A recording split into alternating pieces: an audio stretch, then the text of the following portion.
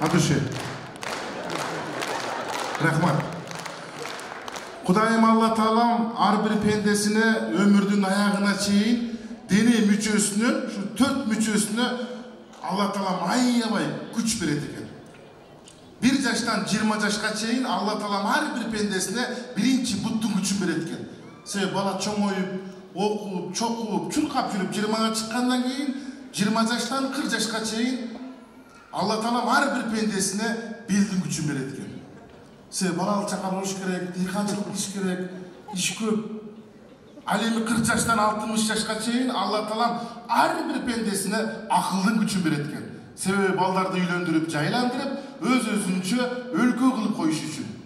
Ал эми 60 жаштан өмүрдүн аягына чейин, конечныйге чейин Алла Таалам ар бир пендесине тилдин күчүн берет экен. Терелден кечке сүйлей берет кезиң, неберең де укпаган, чөбүрөң да укпаган эң бактылуу карлык болот экен. Дал ушул бакытты барыңыздардын башыңыздарга каалайм. Кош келипсиңер. Рахмат. Бүгүн эми күлкү күнү. Мурда алдамчылар күнү дечиле. Бүгүн күлкү күнү экен туугандар. Барып күлкү күнү болуп калыптыр.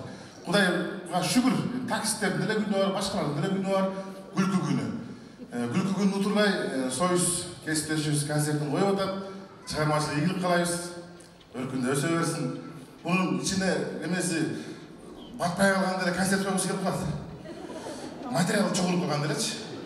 Өзү ушундай куймагылап, көргөн жерде иле жүргөн ушундай бир өнөрдүн ичинде өзгөчө сыпаты бар бала. Анан эми күлкү күнү экен туугандар, эмнени айтабыз? Күлкү каяктан жаралат? Өзү айрыкча кудул өзү ким деген суроо туулат да.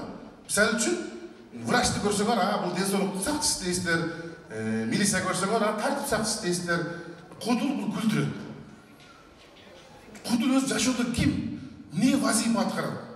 Кудул болгон эле элдин арасындагы эле эл байкабаган тамаша юморлорду иштеп чыгып, кайра элге айтып койчу бир жанр экен. Мен ушу кудулдук өнөрдү аркалап жүрүп, мына именно мырзалардын, жигиттердин сөздөрүнө аябай маани бердим да.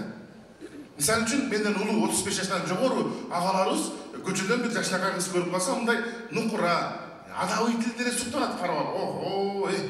Карасаң, жашнакай кыздар экен, деп мындай нукура суктанат. Азыркы өсүп келаткан жаштар, азыркы жигиттер, мындай айтканда братчикалар, антип суктанбайт. Алардын өзүнүн тили бар. Ушундай сургус көрүп ошол жерде катып калат. Айбан экен, Айбан деген бул бир шаарга жетпеген адам. Аны биз түшүнбөсөк деле братандардын жанында туруп, братан Айбан экен деп беребиз.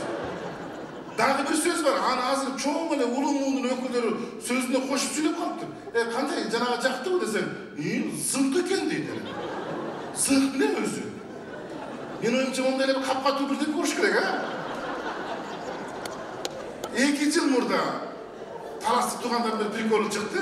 Азыр бүт бул приколду вес Кыргызстан колдонуп сүйлөп калды. Ушундай бир кыргыздын сулуу кызы көздөрүн бакырайтып, чачтарын чубалжытып, ак кудай болуп, көздүн жоосун алып, ушундай эле өтүп кетсин, аркасынан карайт, теке го. Теке эчкинин эркеги. Күзүндө састыканда бир корон састат эле. Не эле житик эле түшүнбөйм. Бул эми таластык туугандар. Себеби таласта эмне көп? Мал көп. Малга салыштай прикол дейт. Оштук туугандардын өзүнүн приколу бар. Ошто эмне көп? Ошто жерземиш көп. Алар жерземишти кошуп сүйлөйт. Мисалы үчүн, оштук досуңуздар болсо, бизнес кылып аткан болсо, барып, иштер кандай десең, бизнести жакшы жүрүп аткан болсо, досум, бияк малина дейт. Малина жей турган нерсе. Кокус банкрот болуп калган болсо, иштер кандай десең, нак болду дейт. Нак бул алмурут. Ушундай нерсени көбүрөөк аңдайт экенсиң да. Ушул элдин баласы болгондон кийин өзгөчө сыпаттары көп болот экенсиң да. Анан эми биз мисалы үчүн кудулдар көбүнчө саясат жөнүндө сүйлөйт деп коет. Мен анан саясат жөнүндө бир тамаша айткым келип турат. Мисалы үчүн ар президент эл башына келген сайын ошо элдин мүнөзү, ошо президенттин мүнөзүнө окшош болот экен. Анын үстүнө Кыргызстан мына быйыл Кудай буйрса августта 30га чыгат. Мындай караганда 30га чыккан бала ойга жеткен бала деп елестеттіңіздер. Эми елестетке 91-ден баштап 21-ге чейин Кыргызстанды канча президент башкарды, канча жаштан башкарды. Мисалы үчүн Акаевдин маалында биз маданияттуу болчук. Ал киши маданияттуу киши эле андай кечиресиз, мен жамбашым сиздин бутуңузга тийип кетти дегендей. Ушундай маданияттуу болчук. Анан бала болчук да, жаңы Кыргызстан, жаш Кыргызстан, пенсия пособиянын ордуна самын, кургак чай берет эле, ана берет элек, туурабы? Неге дебейт элек? Себеби жаш болчук да. Анан 14-ке чыккандан кийин, 15-ке чыккандан кийин эле шап көз алмашып кетти. Бакиев келди. Мүнөзүбүз уже 14-ке чыгып калдык, уже чоңоюп калдык. Үнүбүз жоноюп, бардык нерсени муштумен чечип калдык. Дерский болуп калдык. Анан кыча 20-га чыкты Кыргызстан. 20-га чыккандан кийин бир каялуу киши аралашты да. Сүйгө калды, билбеймиш.